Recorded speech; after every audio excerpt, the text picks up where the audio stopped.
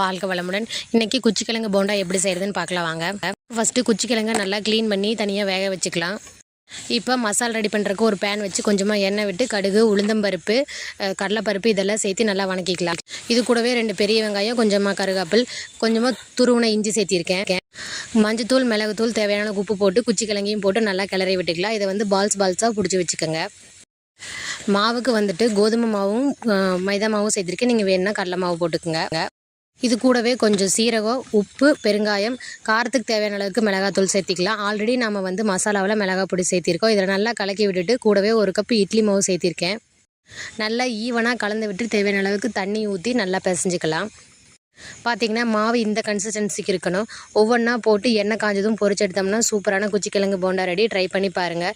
மீதம் இருந்த மாவை வெங்காயம் அரைஞ்சி போட்டு செஞ்சோம். இதில் நண்டு, தவளை எல்லாமே வந்தது. தேங்க்யூ.